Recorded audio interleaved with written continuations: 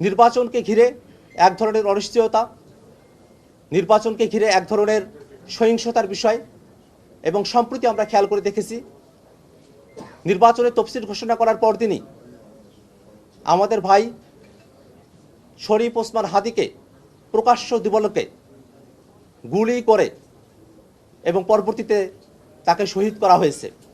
আমরা আজকের এই সংবাদ সম্মেলন থেকে আমরা শহীদ হাদি ভাইয়ের আত্মার মাগফিরাত কামনা করি এবং পাশাপাশি শহীদ শরীফ ওসমান হাদি ভাইয়ের খুনের সঙ্গে জড়িত প্রত্যেককে গ্রেফতার করে দৃষ্টান্তমূলক শাস্তি দেওয়ার দাবি জানাই।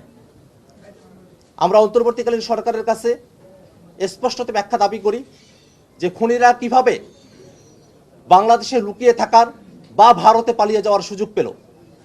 বাংলাদেশের পুলিশ প্রশাসন, বাংলাদেশের গোয়েন্দা বাহিনীগুলো আওয়ামী লীগের সময়টাতে যে অতিরিক্ত দক্ষতার সাথে নিরপরাধ মানুষদেরকে গ্রেফতার করত, সেই একই পুলিশ বাহিনী 5 আগস্টের পরে চিহ্নিত একজন অপরাধী, যার পূর্বেও অস্ত্র মামলায় এবং অন্যান্য মামলায় গ্রেফতার হয়ে জেল খাটার রেকর্ড রয়েছে, তেমন অপরাধীদেরকেও চিহ্নিত করা থাকা সত্ত্বেও এই যে গ্রেফতার করতে পারছে না, সেই জায়গাটাতে আমরা সরকারের কাছে একটা ব্যাখ্যা দাবি করছি।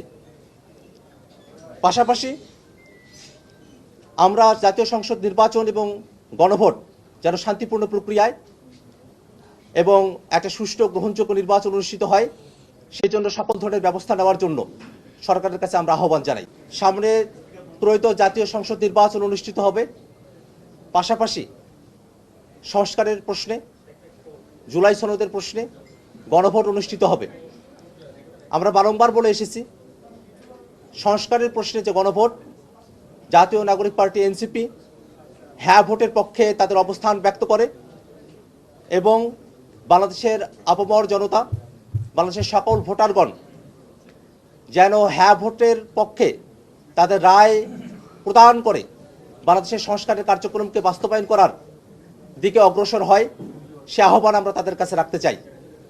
সামনের যে নির্বাচন, এই নির্বাচন শুধুমাত্র সরকার গঠনের নির্বাচন নয়, এটা বাংলাদেশ রাষ্ট্রটিকে সংস্কারের মধ্য দিয়ে নতুন করে সাজানোর নির্বাচন।